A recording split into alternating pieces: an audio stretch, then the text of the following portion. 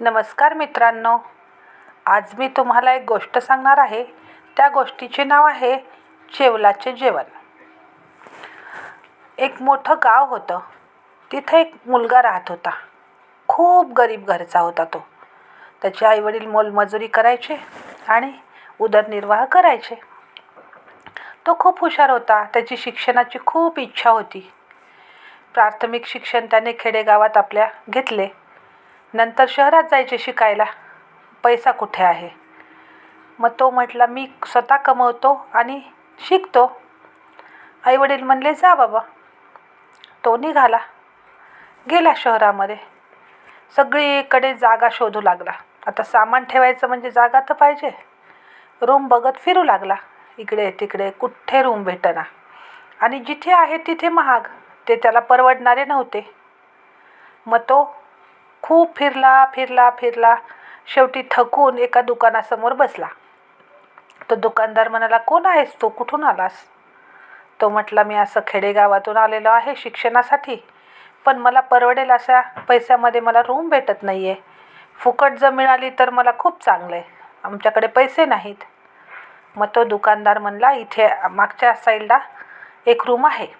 वाडाच आहे मोठा, आणि तिथे तू फुकट राहू शकतोस. त्याला खूप आनंद झाला. तो म्हटला, कुठे? मला दाखवा. त्या दुकानदाराने त्याला मागच्या गल्लीत नेऊन तो वाडा दाखवला. त्याला खूप आनंद झाला. तिथे सगळं सामान ठेवलं, झाडून वगैरे साफसफाई केली. खूप मोठ्या रूम, 3-4 रूम आणि मोठा वाडा होता. गवत वगैरे वाढलेलं होतं. त्याने ते सगळं साफ स्वच्छ केलं आणि तिथं त्यानं त्याचं सामान मांडायला सुरुवात केली. तितक्यामध्ये एक त्याचा मित्र होता, त्या गावात राहणारा. तो आला. तो म्हटला, तू इथे राहणार आहेस का? ते म्हटलं, हो. इथे मला त्यांनी फुकट जागा दिली आहे, एवढी मोठी वापरायला. किती मोठा वाडा आहे, किती छान रूम आहे. ते म्हणे, इथं राहायचं काही नाही, पण एक प्रॉब्लेम आहे. तो म्हटला, काय झालं? म्हणे, इथं कोणीही राहत नाही, कारण इथं भूत आहे आणि ते रात्री येतं. ते म्हणे, असू दे म्हणे, बघतो आज राहून तर बघतो काय होतंय ते.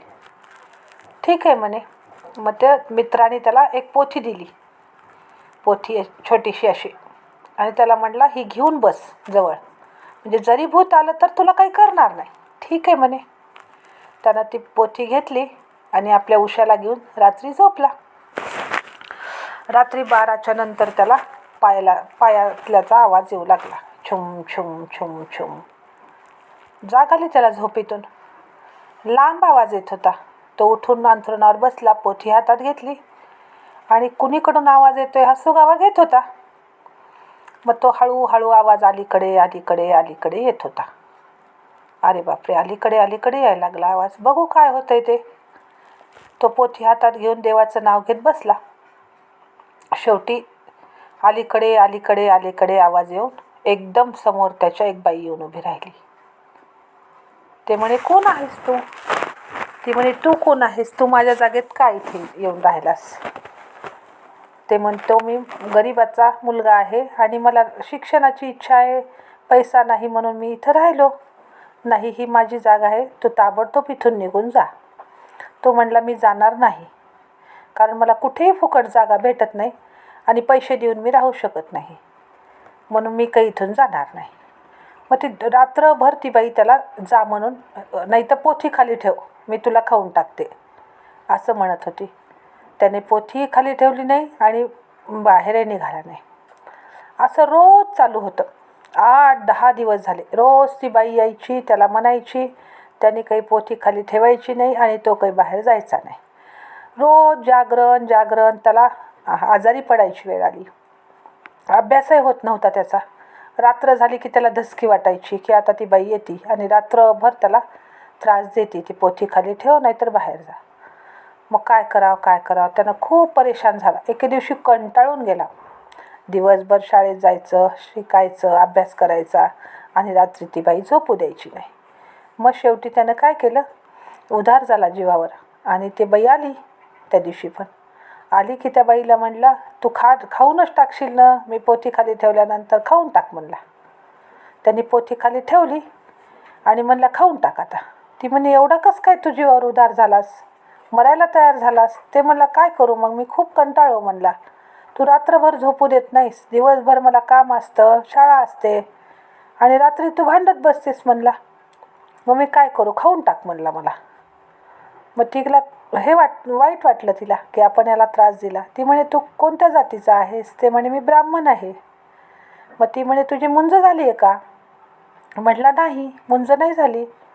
मग माझी एक इच्छा राहिलेली आहे म्हणली की मुंज करायची मुलाची, आणि त्या मुलाच्या मुंजीमध्ये सकाळी जे मातृभोजन असतं त्याला चेवलाचे जेवण म्हणतात, ते जेवण येऊन जेवायचं, अशी माझी इच्छा राहिलेली होती म्हटली. आणि त्याच्यामुळं मी या योनीमध्ये जन्म घेतलेला आहे भूताच्या. त्याच्यामुळे मला ती इच्छा अपूर्ण राहिली आहे, तर ती तू पूर्ण करशील का. तो म्हणला मी माझ्या आईबाबांना बोलतो, तुझी मुंज ह्या वाड्यात कर म्हटली, आणि मी बाईच्या रूपामध्ये येऊन ते मातृभोजन जेवेल आणि नंतर एका रूममध्ये जाईल.